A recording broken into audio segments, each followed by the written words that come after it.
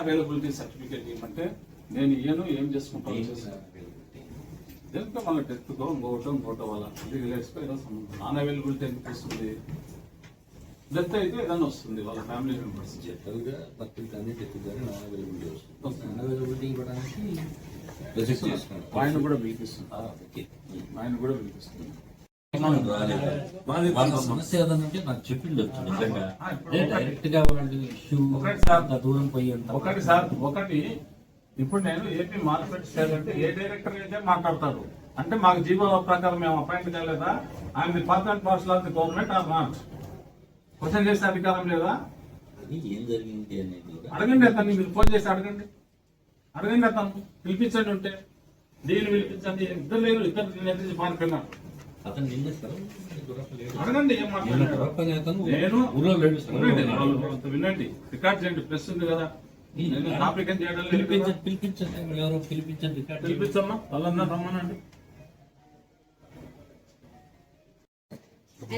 బాగాలేదు, చెట్లకు water water చేస్తున్నప్పుడు బాగాలేదని పార్కు చేసినారు సార్. మన ముందు ఆ పార్కు చేస్తానని బ్రెయిన్ ఇప్పుడు కూడా తిరుగుతుంటారు. బ్రెయిన్ స్ట్రోక్ వచ్చింది, మీరేమన్నా అంటారేమో మాట అని.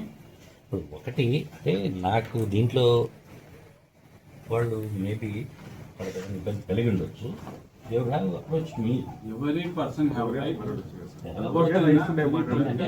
మాట్లాడకూడదని అనలేదు, ఎవరితోనైనా వాళ్ళు చెప్పుకొని ఇదైతే వాళ్ళకు ఉంది. ఏంటంటే బిఫోర్ నాకింగ్ ఎనీ డోర్, నేను డిపార్ట్మెంట్ హెడ్గా ఇక్కడ ఉన్నాను, లిస్ట్లో కూడా పెట్టింటే బాగుండేది. Okay, letters exam AP market director, state director గా, ఏపీ పార్టీ స్టేట్ సెక్రటరీగా నేనే మాట్లాడితే ఏ డైరెక్టర్ అయితే ఏమి, ఎవరైతే మా దాంట్లో జోక్యం వేసుకోకూడదని మాట్లాడతాడు దట్ ఫెలో. ఎంత ఉండాలి? మేము ప్రజల కోసం, ప్రజల కొరకు, ప్రజల చేత ఎన్నుకోబడిన ప్రభుత్వం ఇది, తెలుగుదేశం ప్రభుత్వం. ప్రజల కోసం పాసుపడే ప్రభుత్వం. వీళ్ళు ఏమైనా డబ్బులు అడిగి లంచాలు ఇచ్చుకొని వీళ్ళను సతాయిస్తారా పబ్లిక్ ను? ఇక్కడ పనిచేసే మీ డిపార్ట్మెంట్ లో పనిచేసే వ్యక్తులను, షరీఫ్ అనే వ్యక్తిని ఫిజికల్ హ్యాండిక్యాప్డ్ మోకాల వరకు కాల్ తీసేస్తే నాన్ అవైలబిలిటీ సర్టిఫికేట్ ఏమంటే కోరాయి నుంచి సర్టిఫికేట్ ఏమి లేదు, ఏం చేసుకుంటారో చేసుకోమని మాట్లాడుతున్నాం. ఇటువంటి క్యాండిడేట్లను మీరు మీ దగ్గర పెట్టుకోండి. Non availability certificate municipal office రావాల్సిన వస్తారులేండి, ఆన్లైన్ లో పెట్టుకోవచ్చు. ఎంప్లాయ్ పేరు కూడా చెప్తున్నా, మురళి అనే శానిటరీ ఇన్స్పెక్టర్, ఈవెన్ పోయి ఏం చేసుకుంటారో చేసుకోపో అని చెప్పి చెప్పినారు. చేసే వాళ్ళని చోట సీనియర్ సార్ ఇప్పుడు ఉద్యోగస్తులం కదా మేము. ఈ రోజు నేను నంద్యాలలో ఉన్నాను, నిన్న ఇంకో చోట ఉన్నాను, రేపు మరో చోట ఉంటాను. ఉద్యోగస్తులకు ట్రాన్స్ఫర్ సహజం.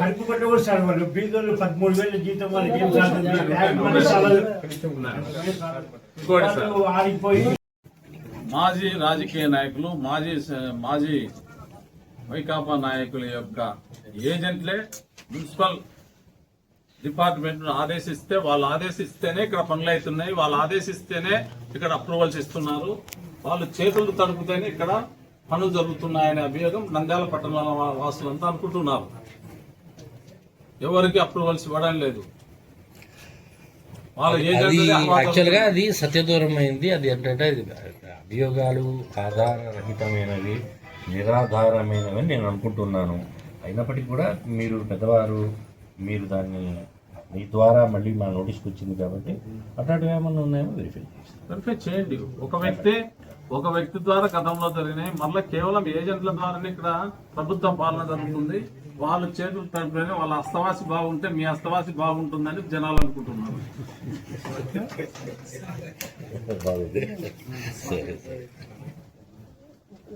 సార్, నేను మీ డిపార్ట్మెంట్ నుంచి తీసుకున్నటువంటి సమాచారం మేరకు సార్, కమిషనర్తో కలిపి నంద్యాల మీ మున్సిపాలిటీలో ఒక కమిషనరు, ఒక assistant commissioner, assistant city planner, account officer, assistant auditor officer, revenue officer, town planning supervisor, town planning builder, overseers, senior accountant, senior assistant, వీళ్ళు ఒక్కొక్క పోస్ట్లో ఉన్నారు. సీనియర్ అసిస్టెంట్ 4 ఉన్నారు, జూనియర్ అసిస్టెంట్ 10 మంది ఉన్నారు, హెల్త్ విజిటర్ 1 ఉన్నారు, వెటర్నరీ అసిస్టెంట్ 1 ఉన్నారు, pharmacist 1 ఉన్నారు, బిల్ కలెక్టర్లు 3 ఉన్నారు, రికార్డ్ అసిస్టెంట్లు 5 మంది ఉన్నారు, అటెండర్లు 8 మంది ఉన్నారు, స్వీపర్లు 2 ఉన్నారు. వాచ్మెన్లు 2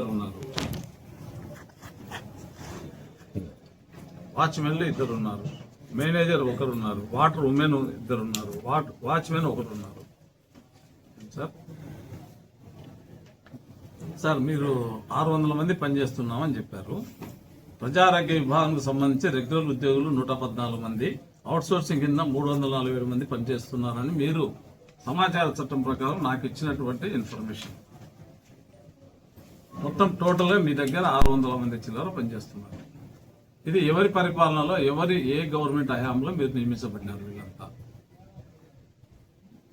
అంటే అది ఆ పోస్టులు కొన్ని మీరు చెప్పినవి రెగ్యులర్ పోస్టులు ఉంది, అవి 010 నుంచి శాలరీ తీసుకునే రెగ్యులర్ పోస్టులు. కొన్ని పోస్టులు ఏమో ఆప్కాస్ ద్వారా నియమించబడ్డ పోస్టులు. ఇవి కొంత ఏజెస్ నుంచి కొంతమంది జాయిన్ అవుతున్నారు, కొంతమంది చనిపోయిన వాళ్ళ ప్లేస్లో వాళ్ళ కుటుంబ సభ్యులను రెగ్యులర్ వర్కర్స్ విషయంలో వేస్తూ ఉంటారు. ఆప్కాస్ వర్కర్లు కూడా ఖాళీలు ఏర్పడ్డప్పుడు, ఖాళీలు ఎందుకు ఏర్పడతాయంటే 60 ఏళ్ళు పైబడ్డ వాళ్ళు, లేదంటే ఉద్యోగం వదిలేసి దూరంగా వెళ్ళిపోయిన వాళ్ళు, లేదంటే దురదృష్టవశాత్తు ఎవరైనా చనిపోయిన వాళ్ళు, వాళ్ళ ఫ్యామిలీస్ని కూడా ఒకసారి కన్సిడరేషన్కి తీసుకొని కౌన్సిల్ రిజల్యూషన్ పెట్టి డ్యూ ప్రాసెస్. మీరు ఇచ్చిన నాకు ఇన్ఫర్మేషన్ యాక్ట్ కింద ఇచ్చిన ప్రకారము 331 మందే ఉన్నారు ప్రస్తుతానికి అని. ఇది ఎప్పుడు ఇచ్చింది నాకు? 21/10/2021 శానిటేషన్ వాళ్ళు, 331 శానిటేషన్, 250 మంది ఇంజనీరింగ్లో ఉన్నారు, వాటర్ వర్క్స్లో కానీ స్ట్రీట్ లైటింగ్లో కానీ. సార్ మీకు నంద్యాలలో ఇల్లు ఉన్నాయి, వేకెంట్ ల్యాండ్స్ ఉన్నాయి, వేకెంట్ సైట్స్ ఉన్నాయి, దానిల కింద పన్నులు వసూలు చేస్తున్నారు కదా. సంవత్సరానికి ఎంత వస్తుంది సార్? ఎన్ని కోట్లు వస్తుంది? సంవత్సరానికి యావరేజ్ మీద 30 కోట్లు ఆదాయం రావాలి. మన కలెక్షన్ వచ్చేసరికి 22 కోట్లు. కొన్ని కోర్టు కేసులు అయితేనేమి, రోడ్ వైండింగ్లో పోయితేనేమి 22 నుంచి 23 కోట్లు వస్తుంది. మాకు ఇచ్చిన సమాచారం ప్రకారము 2022 మీకు 44,96,55,000 ఇంటి పనులు వస్తుంది. మీరు 44 కోట్లు ఇంటి పన్ను రావాలి. ఉంది చూడండి మీరు. నేను కన్ఫ్యూజ్ అయ్యి 44 లక్షలు చెప్పినాను, 15 సార్. ఇది అరియర్ తోటి చూడండి, అరియర్ తోటి ఏదైనా కానీ